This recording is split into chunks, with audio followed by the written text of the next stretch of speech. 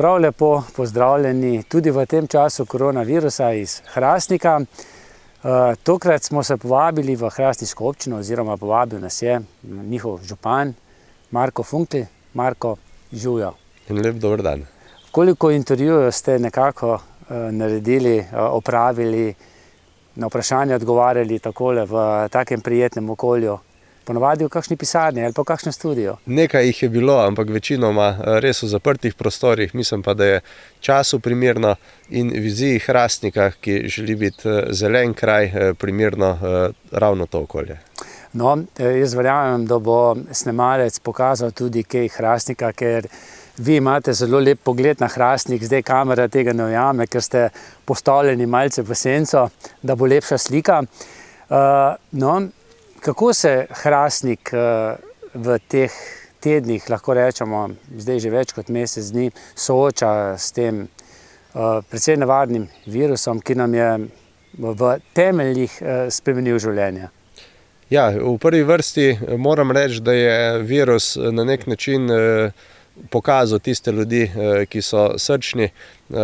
Predvsem so prišli na površje številni prostovoljci, ki so se javili za to, da pomagajo starejšim in socialno ogroženim preko Rdečega križa Hrastnik. Mi smo na občini takoj ob razglasitvi pandemije, že 16.3., takrat, ko so se zaprle tudi vse šole in vrtci, vzpostavili infocenter občine Hrastnik, ki je na enem mestu zbral celotno, se pravi, infrastrukturo za pomoč v času pandemije. Jaz mislim, da smo izjemno homogeno ekipo naredili, sodelovali tako z Rdečim križem, Karitasom, Centrom za socialno delo, tudi zdravstvenim domom, domom starejših občanom, civilno zaščito in vsemi ostalimi, in da smo v bistvu naredili vse, kar smo lahko. V teh časih je bilo predvsem ključno, da smo se hitro zorganizirali in da smo dobro informirali občane, ker jaz mislim, da je ključ, ker v tistih prvih dneh je bilo res veliko vprašanj, kaj lahko, kaj ne smemo, kako se bo organizirali trgovine, kako se bo organizirali prevoze in tako naprej.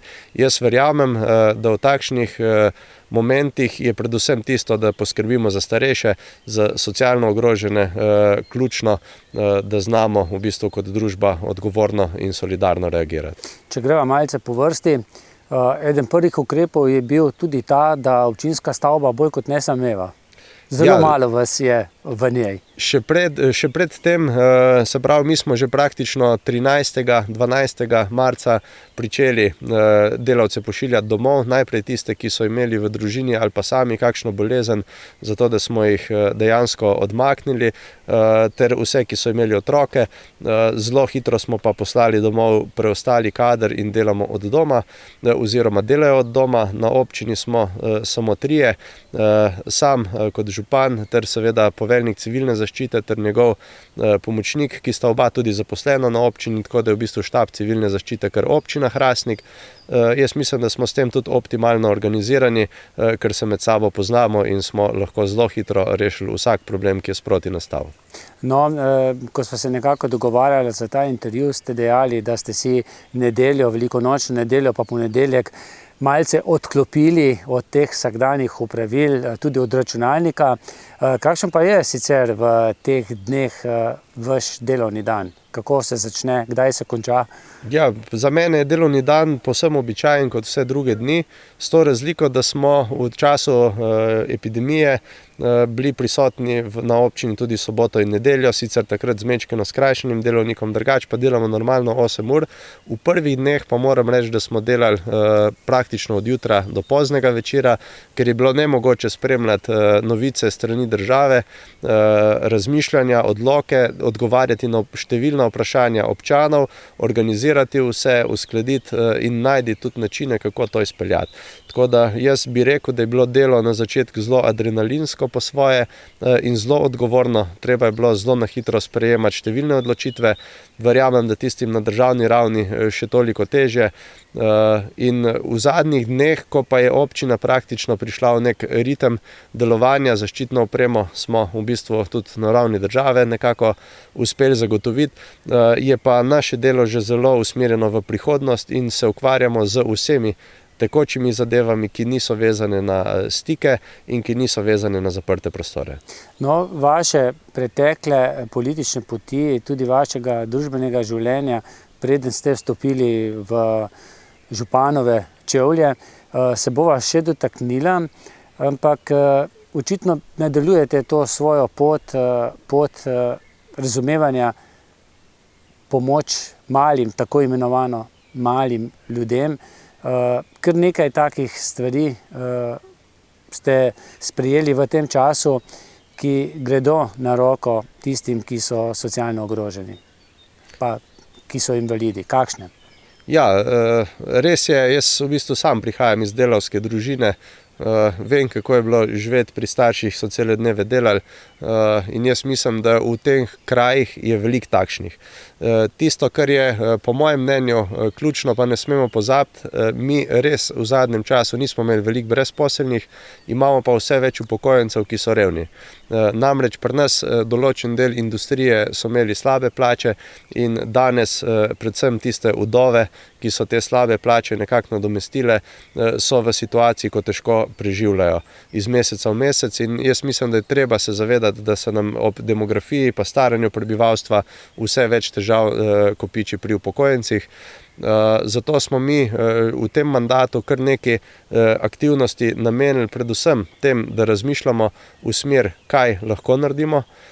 Tukaj zelo veliko truda vlagamo v to, da bi pripravili zelo na hitro celoten projekt gradnje novega doma starejših občanov Hrastnik, ki je v Hrastniku eden najslabših v državi glede same infrastrukture. V bistvu smo vzpostavljali tudi informiranje. Naj povem, v bistvu je tole skoraj da prva priložnost, da bomo za jesenjo zaštartali tudi projekt Sopotniki, oziroma to je ta projekt pomoči starejšim ljudem, ki živijo v oddaljenih krajevnih skupnostih in nimajo javnega prevoza, zato da lahko pridejo do zdravnika, do lekarne in do teh glavnih stvari. Lahko malce več o tem? Kako? Lahko malce več o tem? Ja, številne občine v Sloveniji so že začele z tem projektom. To pomeni, da v bistvu neko brezplačno zagotavljanje prevoza za starejše ljudi med tednom v dopoldanskih urah, predvsem za obisk zdravnika, trgovine in lekarne. Gre za en tak socialen projekt, mi smo že predvideli, od kje bomo dobili ta denar, zagotoviti moramo enega zaposlenega za logistiko, prevoze upravljajo prostovoljci, večinoma mlajši upokojenci, tako da zagotoviti moramo tudi seveda vozilo, in jaz mislim, da bo to ena taka velik socialen korak, predvsem za te starejše. Tisto, kar smo veliko pozornosti dajali, je bilo tudi druženje, ki je v tem času žal onemogočeno, ker najpomembnejši je socialni stik s sočlovekom prav za tiste ljudi, ki ostanejo na stara leta sami. Občina Hrastnik je ena od tistih občin, ki daje velik del proračuna za socialo, tudi subvencionirana stanovanja so pri nas zelo pomemben faktor. Mi smo, občina ima fond približno 400 občinskih stanovanj in v naslednjem letu jaz verjamem, da bomo skupaj s Stanovanjskim skladom Republike Slovenije v Hrastniku začeli graditi 48 novih stanovanj, ki bojo namenjeni 32 za najemnike, se pravi preko sklada in preko občine, in 16 pilotno, jaz upam, da bo tudi država sprejela našo idejo preko stanovanjske zadruge. No, če greva še malce na te ukrepe nazaj, kako ste poskrbeli za tiste, ki so starejši, ki so bolj na socialnem dnu, ki imajo prenizke pokojnine, ki tudi težko gredo zdaj v trgovine ali pa bolj varno, da ne gredo, seveda pa vseeno radi kaj prigriznejo. Ja, v času epidemije smo v bistvu razdelili, mi imamo že sicer tudi projekt Starejši za starejše, skozi ta projekt približno 100 občanom mesečno razdeljujemo tudi pakete s hrano. Gre za tiste starostnike, ki so dejansko najtežje sami oskrbujejo, tako da oni dobijo vsak mesec paket. V teh časih smo pa za tiste, ki so upravičeni do tega, organizirali še dodatno prehrano in jim 3-krat tedensko, nekaterim tudi čez vikend, dostavljamo brezplačen topel obrok, ki ga zagotavljamo skupaj z šolo, vrtcem in Rdečim križem Hrastnik. Seveda pa obrok plača občina Hrastnik. Kako ste pa zbrali, narekovajih, kandidate, pa tudi kako se potem ta hrana, pa kdo jo razdeljuje? Ja, kandidate smo naredili zelo transparenten postopek. Jaz mislim, da je infocenter, ki sem ga omenil, sprejme klic, potrebe.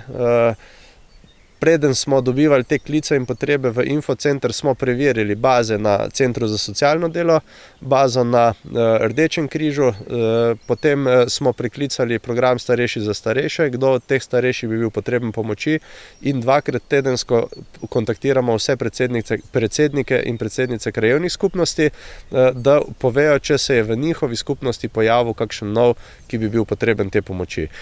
Ta seznam smo na začetku sestavili, imamo sistem, da nekoga predlagamo, vpišemo v seznam, Center za socialno delo preveri, če je ta upravičen do toplega obroka, Rdeči križ s prostovoljci pa obrok dostavi tej osebi. Kako pa gre ta dostava, ne vem, se pozvoni, potrka, se gre v stanovanje, se pusti pred vrati stanovanj?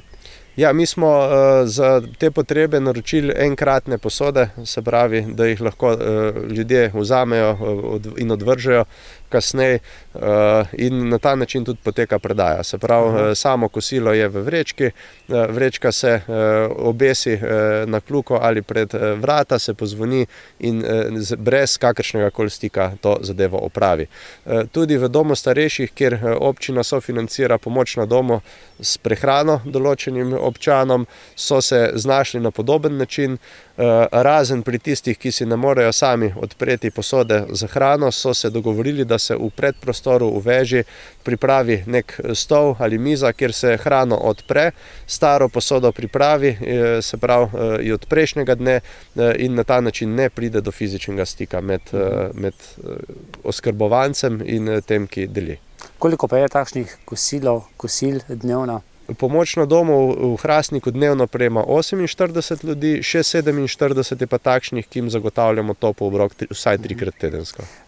Kaj pa jedilnik se sestavlja tudi na želje tistih, ki kosilo prejmejo, ali so pač to strokovne službe, ki same nekako naredijo jedilnik tedenski, mesečni? Jedilnik smo v bistvu pripravili v šoli, skupaj s kuharjem šole ter s kuharjem doma starejših, zato da se malo tudi kombinira.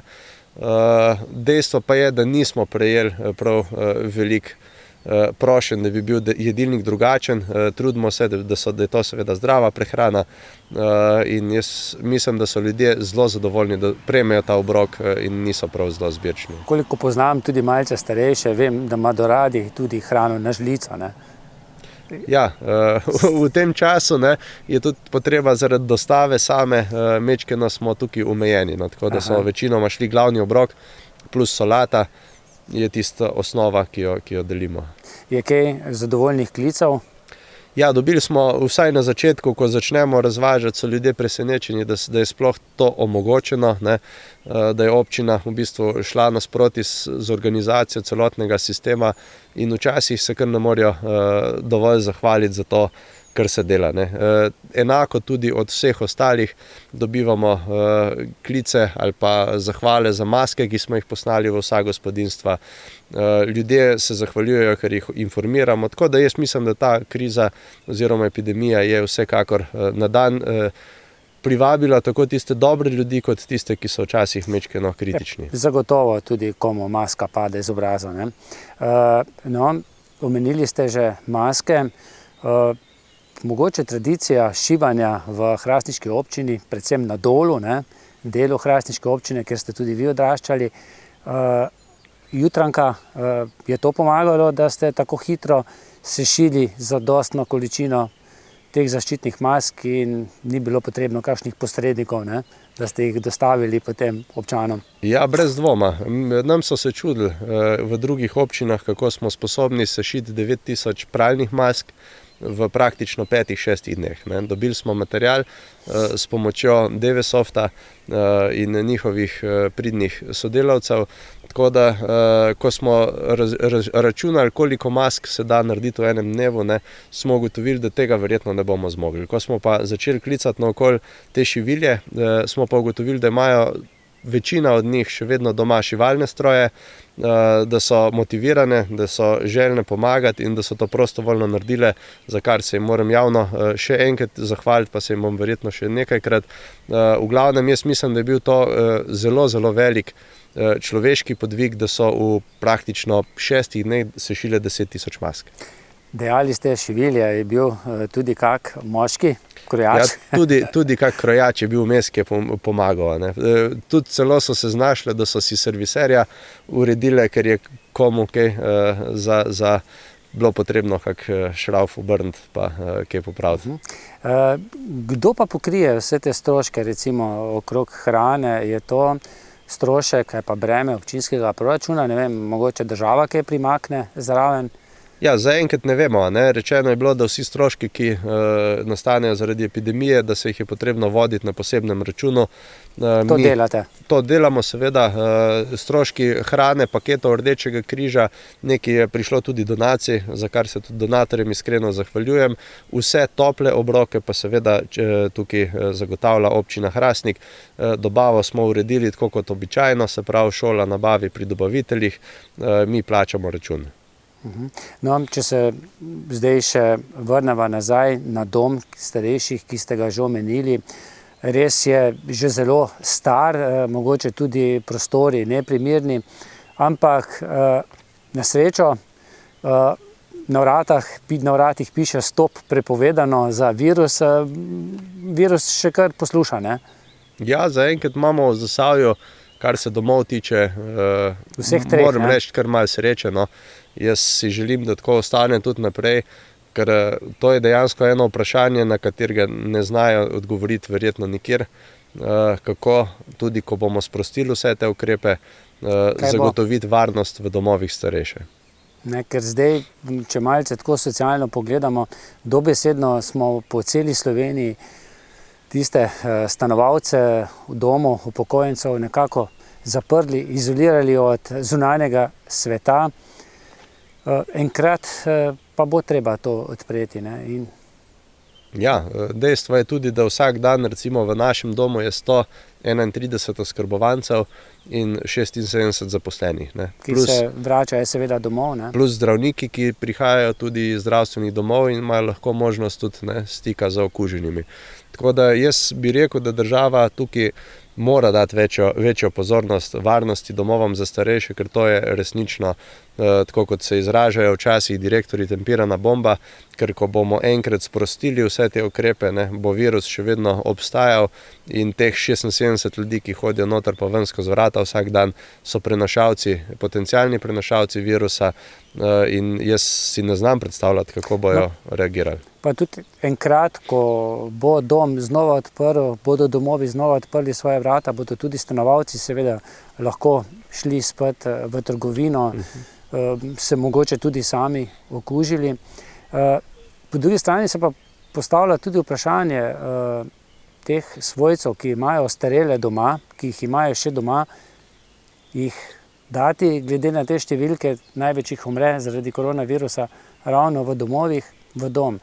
Pa seveda niso tisti, ki delajo v domu, nič krivi, ne?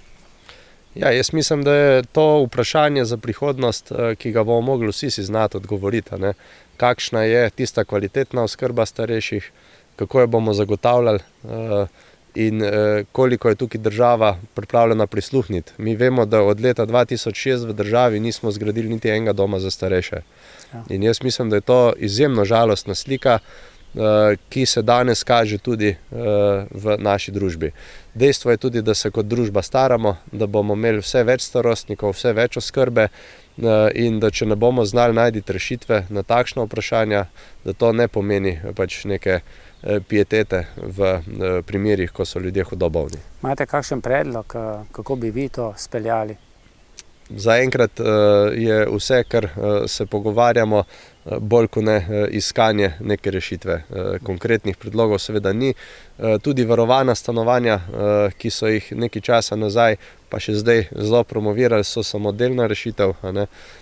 Še vedno se je potreba te ljudje oskrbeti, še vedno imamo določene stike, tako z zdravniki, s trgovinami, z lekarnami, z šoferji, s prevozoma, ne. In Jaz si res ne predstavljam, kako izolirati in narediti popolnoma varno okolje za te starostnike. Se vam zdi, da se bomo morali slej ko prej navaditi na takšno življenje oziroma na sobivanje z različnimi virusi? Jaz ne verjamem, da je ta zadnji, ne? Jaz si želim, da ne. Predvsem si želim, da ne zaradi tega, ker mogoče smo v času epidemije ali pa tisti, ki so imeli malo več časa, se zazrli tudi v sebe in ugotovili, da v takšnem svetu, kakršen je bil doslej, mogoče pa ne želimo živeti. Jaz mislim, da ta epidemija je vsekakor zelo koristna naravi in zelo koristila temu, da danes srečamo po naših hribih domače ljudi, ki dejansko se sprehodijo in vidijo, da je tudi zelo lepo v domačih krajih. Tako da jaz upam, da bojo to zavedanje ohranili in da se ne bomo rabili z virusi spopadati še naprej. No, v Sloveniji je eden od problemov tudi to, da imamo vse manjšo samooskrbo, ne. Zdaj slišimo med snemanjem, pa vidimo tudi traktor.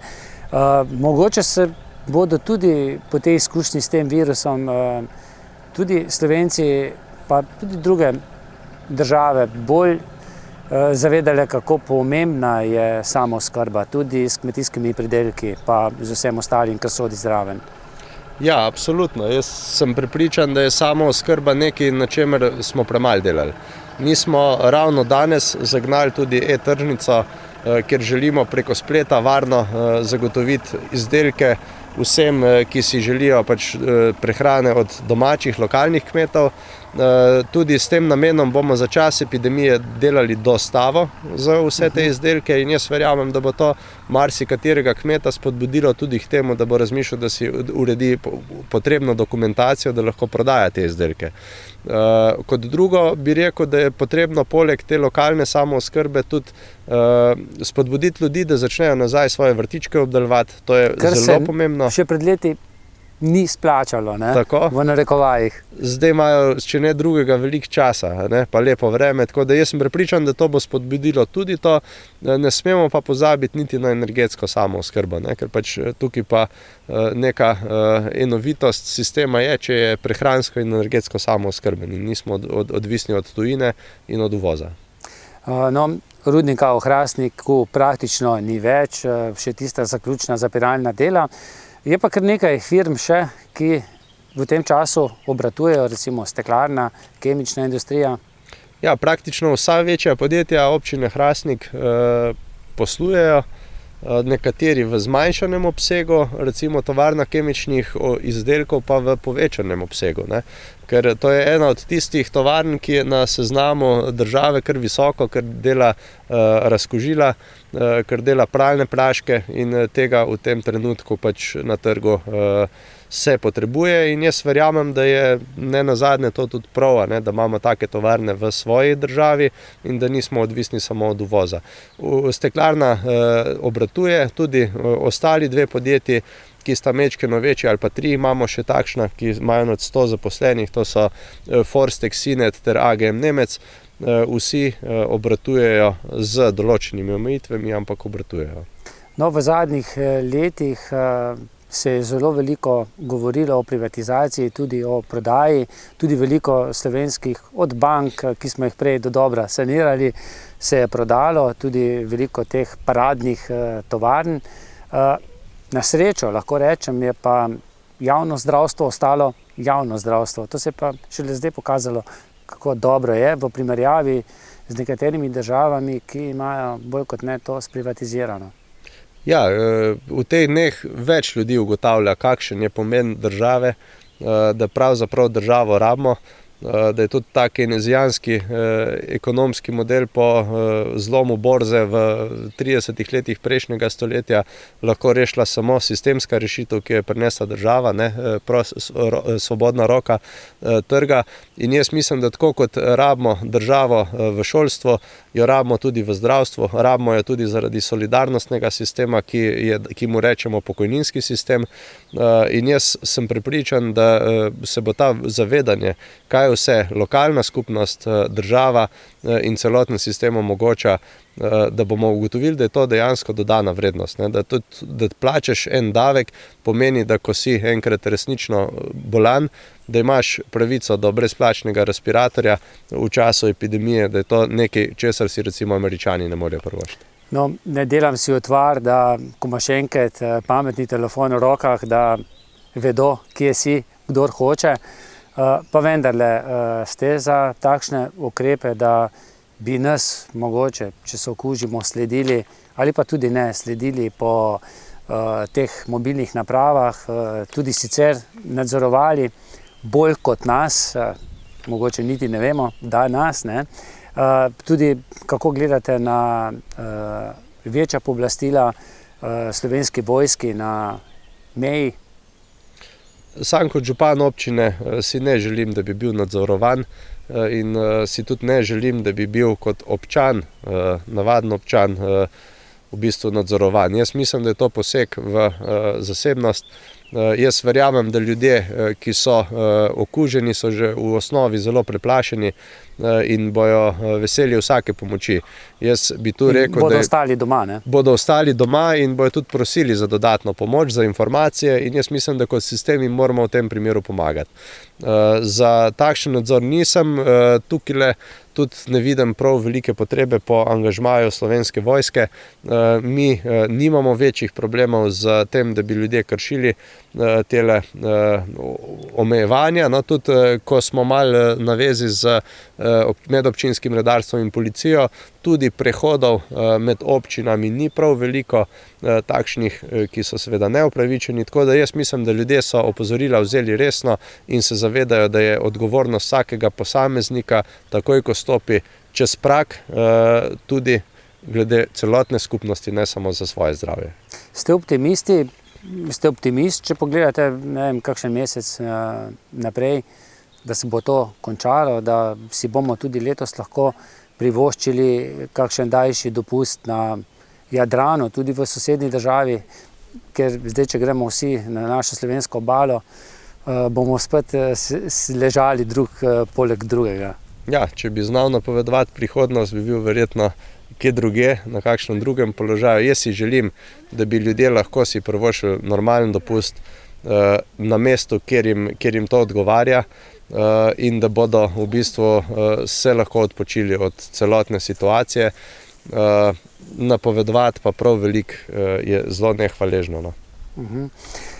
No, mogoče čisto za konec, tisto, kar sem prej od začetka omenil, kako se je začela vaša politična pot? Nekako se mi zdi, da ste se našli pri tistih ljudeh, ki so bili zaradi, ne vem, grabežljivosti nekako na robu, da so ostali na robu, pozabljeni, brez sredstev ali pa zelo nizkimi prihodki. Ja, jaz sem že v samem štartu kot študent začel delati najprej v lokalnem študentskem klubu, kjer smo ugotovili, da je bila zelo nepravično razdeljena sredstva med študentskimi organizacijami.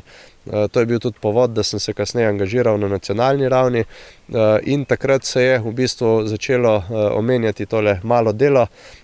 Jaz mislim, da vsak človek bi mogel imeti dostop do normalne službe, ker pač smo ljudje, nismo živali. In tudi glede na mojo izobrazbo in na moj poklic, sem namreč profesor ruskega jezika in filozofije, sem bil v bistvu primoran, da sem živel kot samostojni podjetnik, kar pomeni, da sem praktično z 30% več kot učitelji v javnih šolah, obremenitve v razredu imel 30% nižjo plačo. In to je ta prekarnost in jaz mislim, da je sistemsko zadeva neurejena, predvsem je težava za ženske, ki se pojavljajo v teh poklicih, namreč niso zaščitene niti kot mlade mamice, niso zaščitene pri tem, da so diskriminirane včasih po spolu glede zaposlitve in dejansko tisto, kar je najhujše, pač človek, ki je SP in je na nek način v velikih poklicih prisiljen, ker je to edina oblika, ne more dobiti niti kredita in nima zdravstvenega zavarovanja.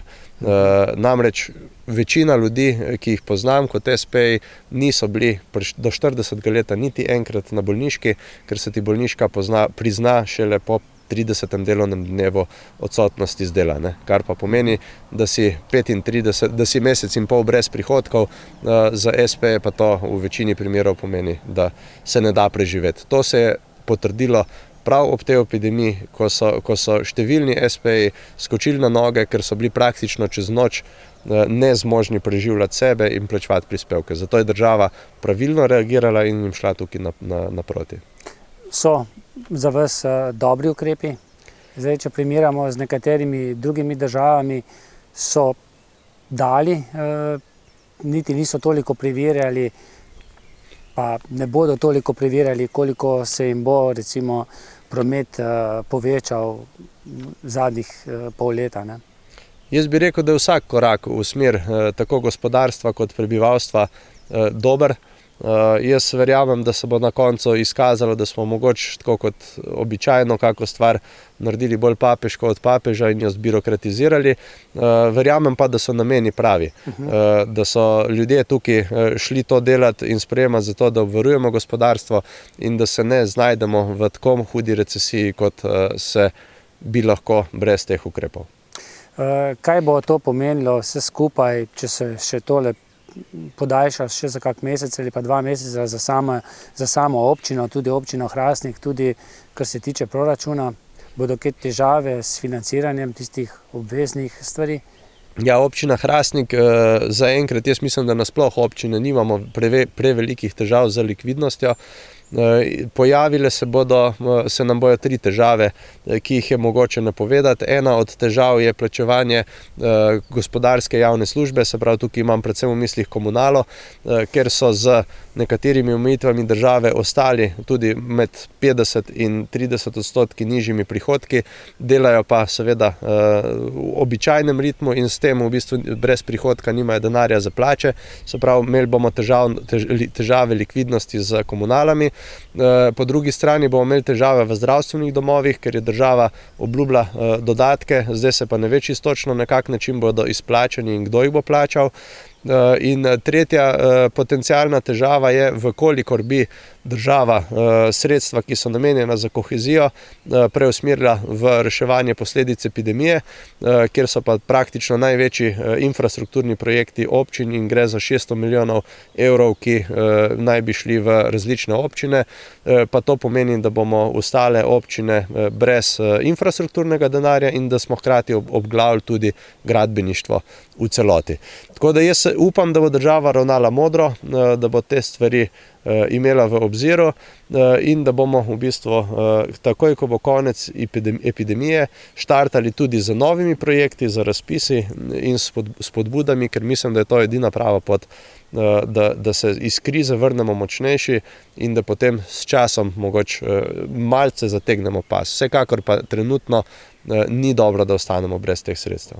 Ko je bil prejšnji župan Miran Jerič, se mi zdi, koliko sem spremljal vse občinskega sveta, da ste bili bolj kot ne ali pa konstruktivna opozicija, niste bili del vladajoče ekipe. Ko ste prišli na mesto župana, so verjetno nekateri pričakovali čistko, ne?